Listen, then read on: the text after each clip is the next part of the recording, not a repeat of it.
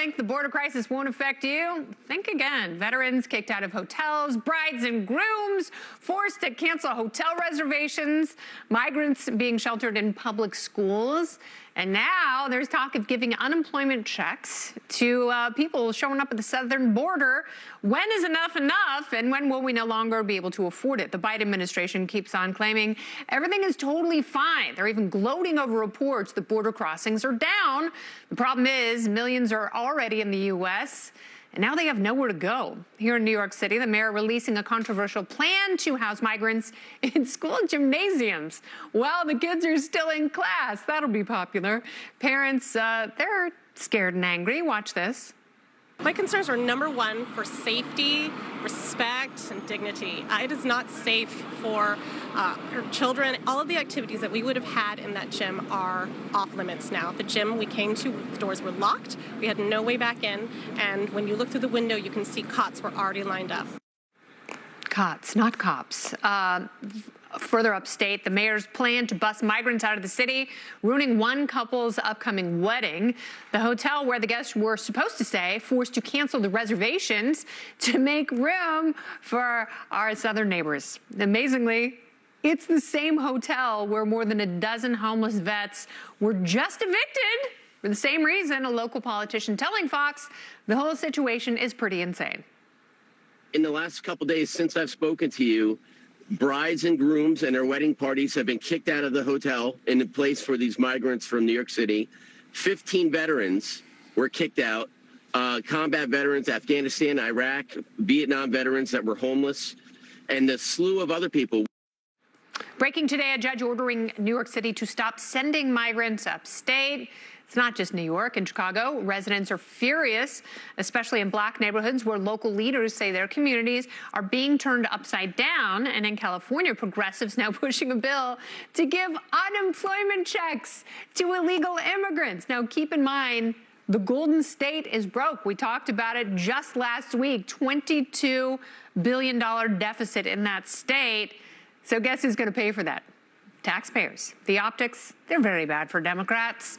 So what are we supposed to do? How can we actually fix this? Joining me now to discuss a party panel, we've got host of the Versus Media podcast, Stephen L. Miller, the good Stephen Miller, might I add. Plus, we've got former State Department, former State Department deputy spokesperson, Fox News contributor, the proudest child Ohio has ever produced next to Ulysses S. Grant, Marie Harf, and 2020 Libertarian vice presidential candidate. 2024 is looming, and so are big decisions for the chair of youarethepower.net, Spike Cohen. So, Stephen, I will start with you. Parents in New York City are very upset that people they don't know who may be improperly vetted will potentially be sleeping right next to their kids during the day. That's fun. Yeah, well, isn't this the consequences of the own policies that we voted for? Remember, there's a statue, and there's a poem on that statue that we were reminded of during the Trump years by Jim Acosta and others in the White House press briefing room.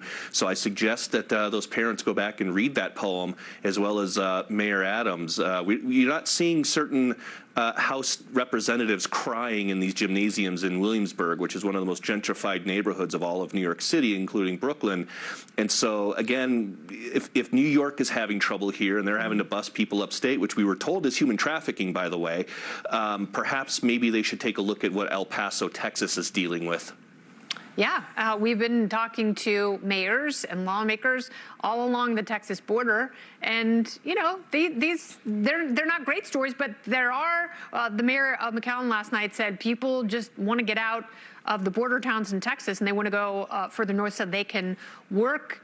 Marie, so why is California offering unemployment checks? That doesn't make sense. Martha's Vineyard is north. It really is. It's beautiful. First, I would say these governors like Greg Abbott need to stop busing migrants to places like the vice president's residence in Washington. That is a stunt. Why? That is because that is using people at a vulnerable moment in their life, potentially, by the way, illegally, to make a political point. DHS, ICE, CBP, they have plans in place to house these migrants. They need more resources. They need Congress to give them more money, and they need Congress to give them more locations and money and beds. They can only, keep up with as many as they can. But the bottom line is that the immigration system is broken, that we need more resources at the border. The administration is trying to, they're sending active duty military. They're starting these resettlement centers in the region, so people have to apply before they come here. They're trying to do all these things, but mayors in places like New York are in a very tough situation because often these migrants are bussed there. They don't really know where they're going. There's not an infrastructure in place there to deal with them, which is cruel. That's another government failure. This is a real problem. I don't think that kicking veterans out of hotels is the right thing to do. I agree. But migrants are people too, and we need to figure out how to deal with this influx, which has thankfully been less than we thought, but still obviously a crisis. But Spike, you cannot have an open border and a system, a welfare state that incentivizes people to come and get unemployment checks. You can't have that. Like, California is going to go broke. California already cannot afford it. We're doing it wrong. And also doesn't allow them to work. I mean, I want to be clear. If I had to sit down and come up with the worst possible way to deal with immigration in this country, I would say, okay, we're going to say that they're not allowed to come, but we're still going to let them in. And then we're going to ship them all across the country.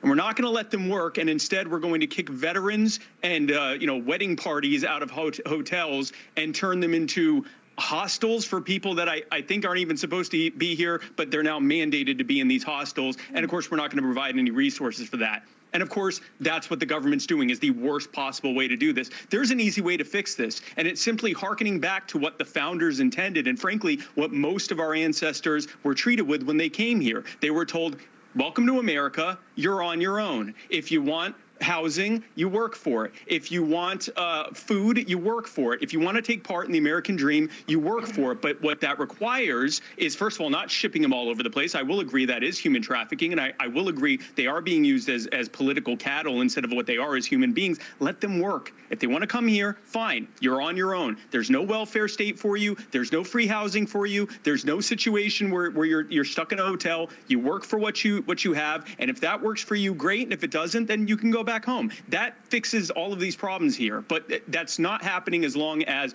both sides of the aisle want to treat this as a political football to try to stick the other one with. But they're all doing the same thing. They're all busing. They're all complaining. And if, even where there are sanctuary cities and sanctuary states, they're saying, sorry, the inn is full. And it's like, you built the inn. So, we housed people, we were supposed to house people at the Javits Center and tents in Central Park during the pandemic. Those buildings, those lean-tos, they still exist somewhere.